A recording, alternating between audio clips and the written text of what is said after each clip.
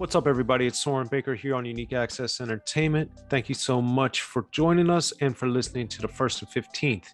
Now, these are for members first. So if you want to get 1st and 15th as soon as possible, please become a member, join Unique Access Entertainment, support us that way, in addition to keep subscribing to us and watching our videos once they post to the normal channel.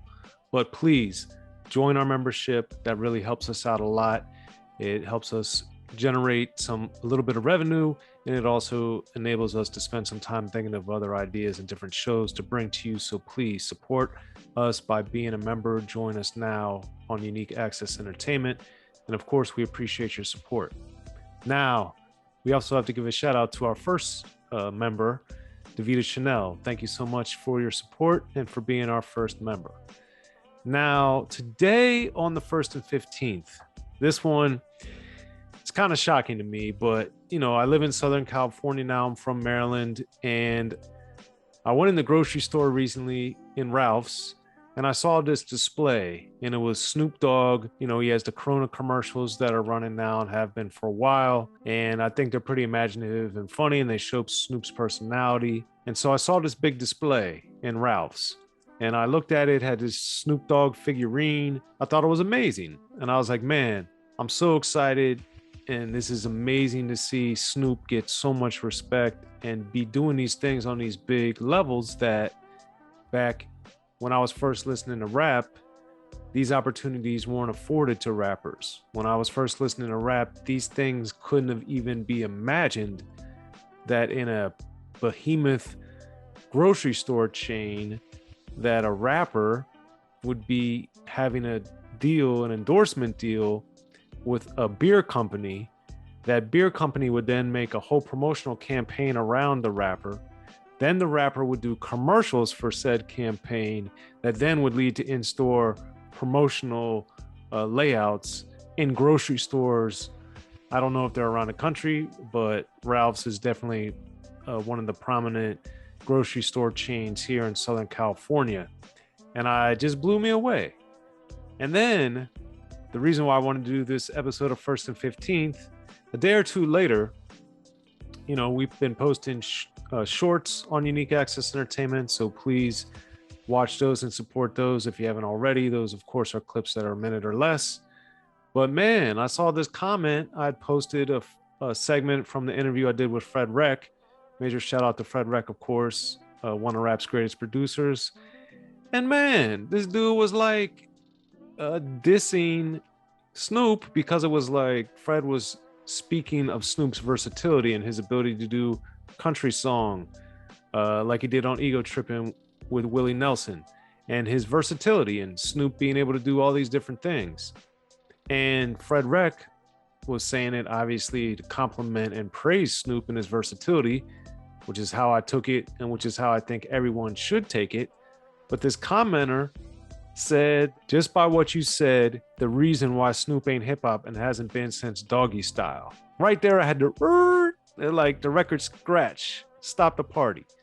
Dude, what are you talking about? We have to cherish and respect Snoop to the utmost degree before Doggystyle and after Doggystyle up till today. Whatever day you happen to be watching this, we need to cherish, respect, honor, and praise Snoop Dogg, man. That comment is ridiculous. And here's why.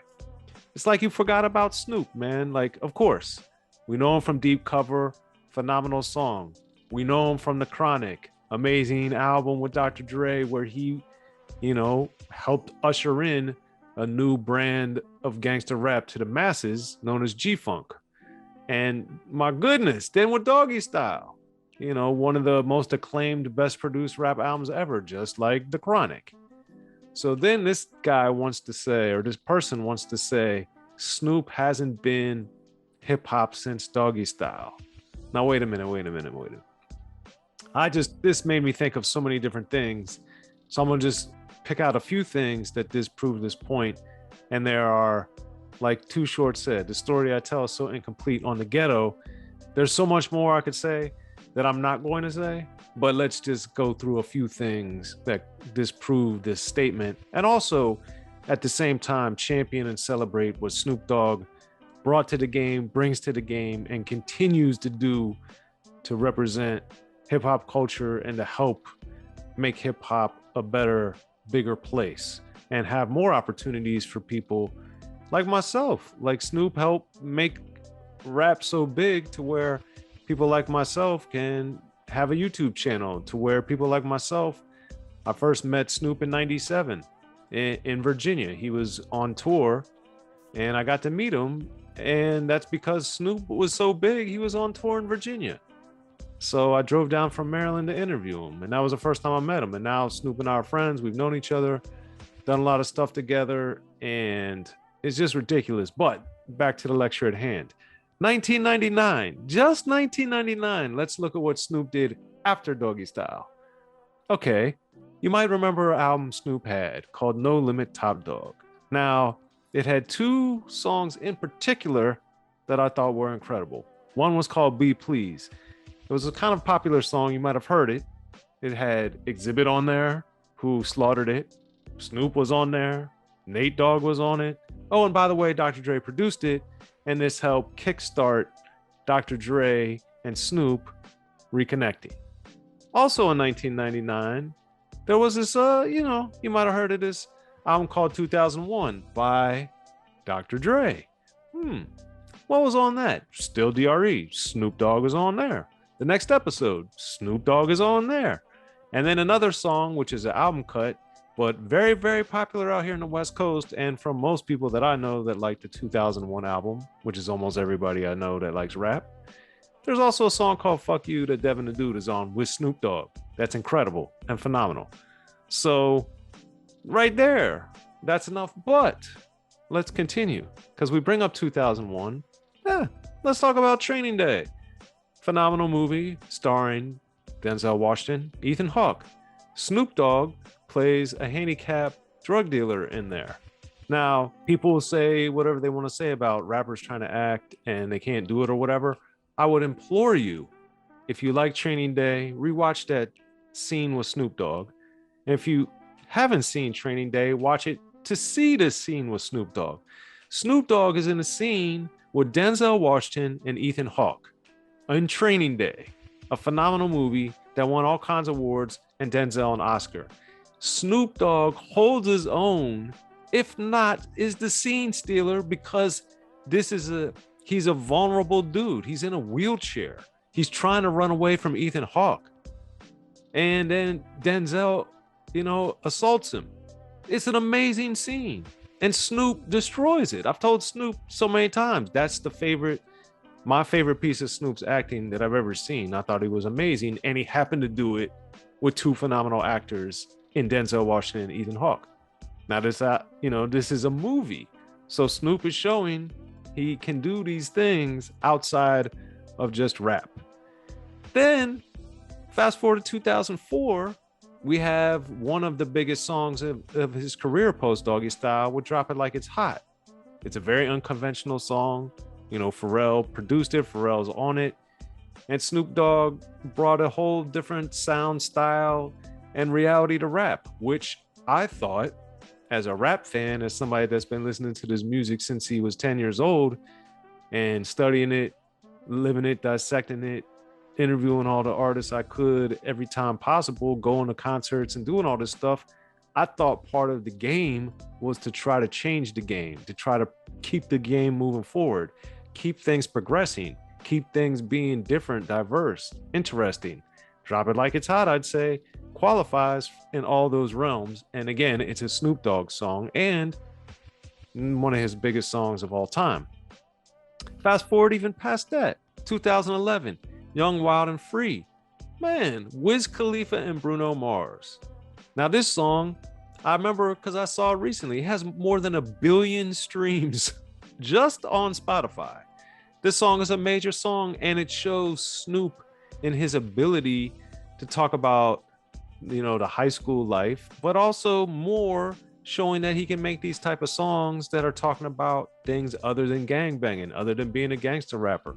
And that's, to me, the brilliance of Snoop Dogg. He's not a one-dimensional artist. He's very, very diverse.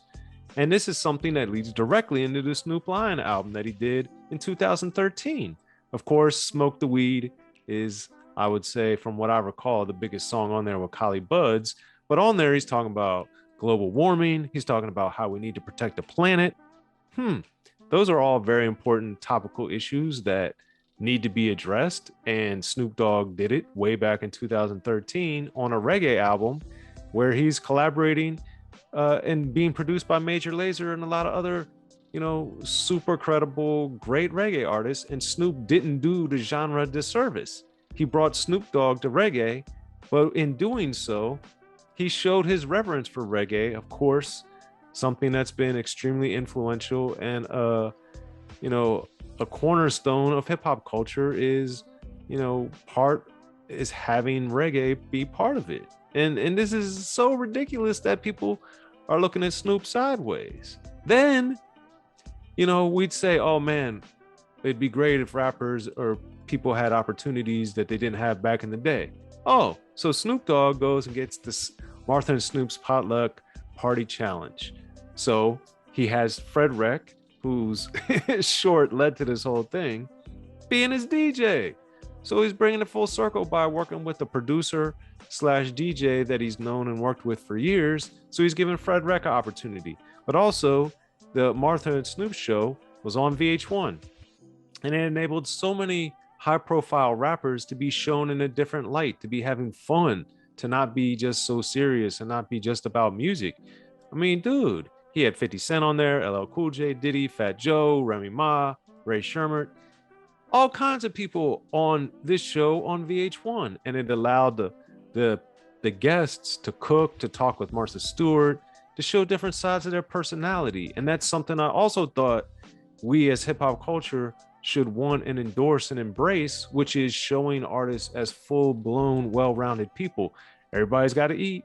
So why not do it with Martha Stewart and Snoop Dogg? I thought that was the goal. I thought that was the plan. Like, yo, let's get in and do this. And Snoop is utterly Snoop on that show, just as he was when he did the Joker's Wild show that he had for a couple seasons on TNT. Snoop revived that show, man. That was a game show. I didn't watch it much as a kid, but I remember seeing it and I remember thinking it was cool and a little bit creepy at the same time. But then Snoop resurrects it.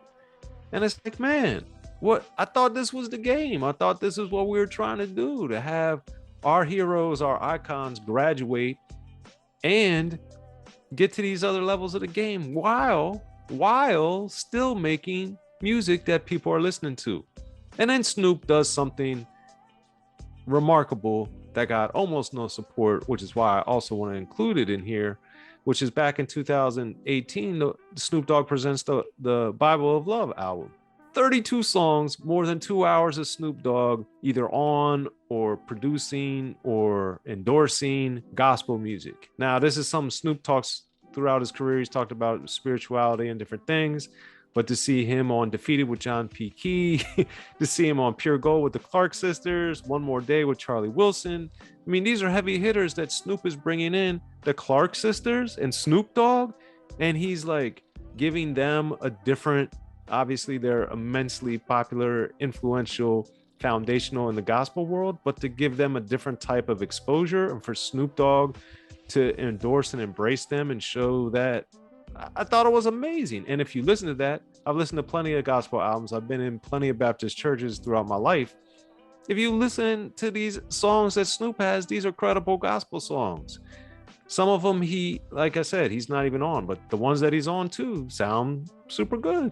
And this all is why this whole thing is so perplexing to me, that people are not looking at Snoop Dogg. But I always remember, because this has happened to me throughout my life, the people that want to talk about this stuff stop listening to rap, or they're at least not paying attention to what's been going on. And that ties directly into Snoop Dogg's 2019 album, I Want to Thank Me. Now, this comes from his speech when he got the Hollywood star on the Hollywood Walk of Fame. He was talking about how he wanted to thank himself for working hard, for believing in himself, for doing all these things. So he used that on this album, I Want to Thank Me, which came out in 2019. So for people that saying Snoop isn't hip hop, did you listen to this album? I would argue that you probably didn't, because Battle Cat is on there and He's got song featuring Slick Rick, So Misinformed, which sounds like the person that made that comment.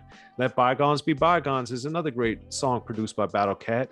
And then he's got One Blood, One Cuz on there, paying homage to Houdini's One Love, which is a foundational hip hop song from the early 80s and also produced by Battle Cat. Battle Cat is amazing on I Gotta Thank Me, or I Want to Thank Me, excuse me.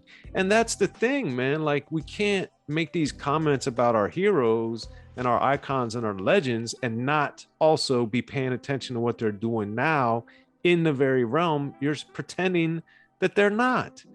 Like, Snoop is amazing on that album. And then one of the other great songs on there is Countdown, produced by and featuring Swizz Beatz. Just again to show Snoop's versatility and to show in 2019 that Snoop was still coming with the heat and was able to work with a Battle Cat and excel, and also work with a Swizz Beatz and excel. Now, those y'all also might remember a certain Snoop Dogg appearing at the Super Bowl halftime show, which, if I recall correctly, was viewed by tens of millions of people, if not hundreds of millions of people around the world. And Snoop Dogg was the centerpiece of that, thanks, of course, to Dr. Dre, his mentor and longtime collaborator. But Snoop Dogg was up there representing hip hop to the fullest. So how in the world could Snoop Dogg not be hip hop? It's just ridiculous. And then he's getting into, the Death Row thing. He's got his algorithm albums. He's got NFT stuff going on. He's got Mount Rushmore. So much of this stuff back on Death Row, the album. Again, putting out a lot of great stuff. And now he's talking about he's got a new album, tentatively at least, called Missionary with Dr. Dre, that's going to be coming out soon too. So to me, the talk and the people saying Snoop Dogg isn't representing or isn't putting it down or isn't hip hop anymore, to me, it's utterly ridiculous and foolish to say. It's foolish to even think it or believe it, but even more foolish to actually type that in a comment or to say it to someone, because Snoop is the epitome of what we want and what we should expect and hope for from our icons, to be able to work with so many artists, to put people on, to give people opportunities, to make hundreds, if not thousands of songs, to give people opportunities, to have label deals, to put out Doggy's Angels, to put out the East Siders, to, work with Little Half Dead. I mean, badass. All these people, it's Snoop Dogg. Come on, man. So, sorry I got a little excited, but when I read stuff like that, it really disappoints me because I love rap. It means the world to me. And it's been my favorite thing in the world since I was 10 years old. So when I see people saying these things, it really bothers me and it's just ridiculous. So that's it. Like I said before with Too Short, the story I tell is so incomplete, but just by those few examples I provided, I think it's clear that not only is Snoop Dogg hip hop and has been his entire career, definitely after Doggystyle, he's put in so much work and made so much great material that Snoop Dogg deserves everybody's respect, man. And we should even respect and embrace him even more. Just like I had done with Ice-T, check the link up there. We gotta support our icons. We need to, we have to. And we should support people like Nas. Check that link up there too. Ice-T, Nas, Snoop Dogg. These are icons in the game, but they still deserve our continued support. And that's why it's important. And that's why I wanted to talk about it here on 1st and 15th on Unique Access. Thank you for those members who are watching it here on the membership. And for those of you who are watching it as it hits the page live later, please consider joining our membership so you can watch it early. Get it early, get it exclusive before anyone else gets to see it. And that just helps us here at Unique Access and our team. And we appreciate your support. Shout out to Snoop Dogg and shout out to everybody I mentioned that's worked with Snoop Dogg to help make him one of the icons in the game. I'm Soren Baker here on Unique Access Entertainment. Subscribe if you haven't already. We appreciate your support, and I'll see you next time on the 1st and 15th.